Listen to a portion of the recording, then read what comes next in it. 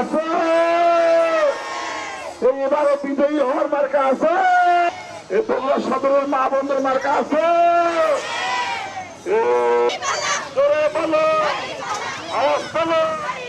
একটা মহল অর্থাৎ একটা বড় দল আমাদের বাংলাদেশ জামাত ইসলামের মহিলা কর্মীদের উপরে যে হেনস্থা করেছিল বিভিন্নভাবে, বিশেষ করে হিজাব নিয়ে টানাটানি, এইটার বিক্ষোভ মিছিল হিসেবে আমরা নারী সমাজকে, বগুড়ার নারী সমাজকে একত্রিত করেছি।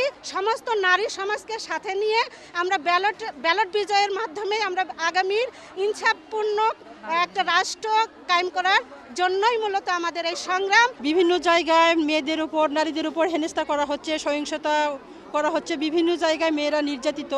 কেন আমাদের বোনদের উপর মিথ্যা অপবাদ, কুমন্তব্য, অনেক ধারণা, অনেক কিছু করা হচ্ছে, যার কারণে আমাদের আজকের সেই উদ্দেশ্যে আমাদের বের হওয়া প্রতিবাদ মিছিল। নারীরা কেন এত জুলুমের শিকার হবে? তো আমরা চাই না নারীরা জুলুমের শিকার হোক। তো আমরা এই জন্যই আজকে প্রতিবাদে বের হয়েছি।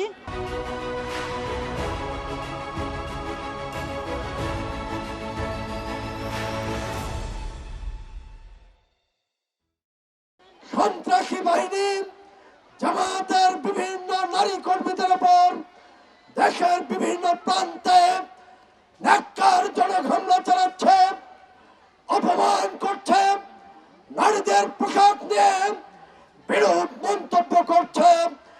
এই বিরূপ মন্তব্যের প্রতিবাদে, নারী হেনস্থার প্রতিবাদে আজকে বগুড়ার শহর জামাতের কয়েকটি ওয়ার্ডের নারী কর্মীরা, সাধারণ নারী সমাজ আজকে রাজপথে যে প্রতিবাদ বিক্ষোভ প্রদর্শন করল, এই প্রতিবাদ বিক্ষোভের মাধ্যমে ওই সন্ত্রাসীদের বিচার দাবি করেছে নারী সমাজ এবং আগামী দিনে দাঁড়িপাল্লা প্রতীকের পক্ষে তাদের আস্থা প্রকাশ করেছে।